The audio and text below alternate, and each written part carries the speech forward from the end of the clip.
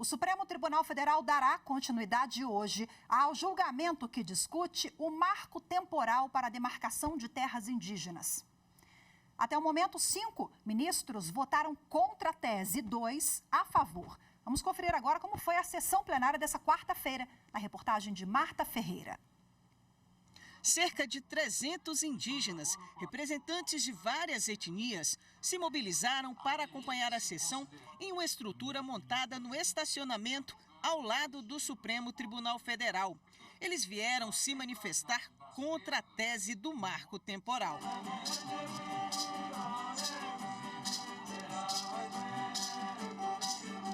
No plenário, lideranças indígenas estavam atentas aos votos.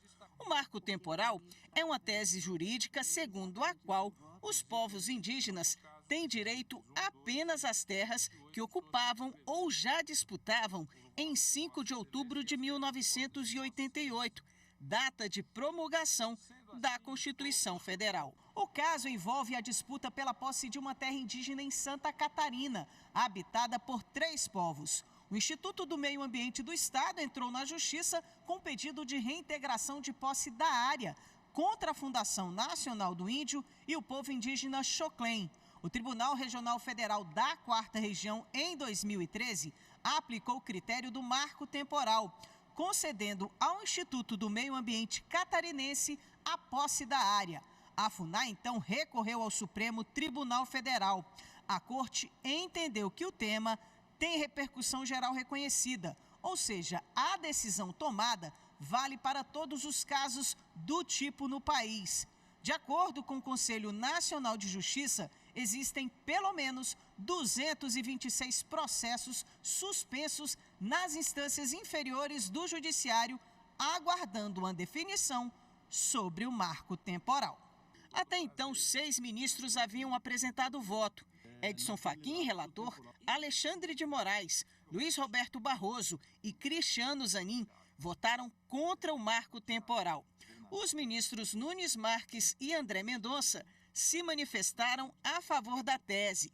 Na retomada do julgamento, o ministro Dias Toffoli destacou que a proteção constitucional aos direitos originários sobre as terras que tradicionalmente ocupam independe da existência de um marco temporal. A ocupação tradicional das terras indígenas é compatível com a tutela constitucional do meio ambiente, sendo assegurados o exercício das atividades tradicionais dos indígenas. Ou seja, para deixar bem claro que, embora há uma proteção ambiental, tem que ser sempre assegurado o exercício das atividades tradicionais dos indígenas e a gestão compartilhada da área por eles ocupadas pelos órgãos ambientais e indígenas pertinentes, com a participação direta dos povos originários nas decisões que lhes afetam.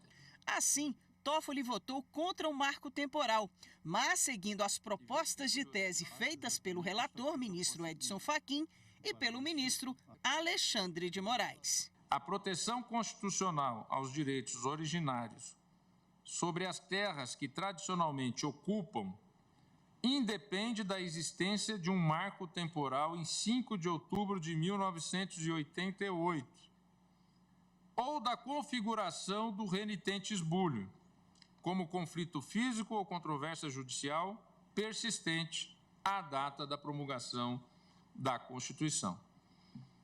Do ponto de vista objetivo, também é o sentido da tese formulada pelo ministro relator, mas com outras palavras. E aqui eu opto pelas do ministro Alexandre de Moraes.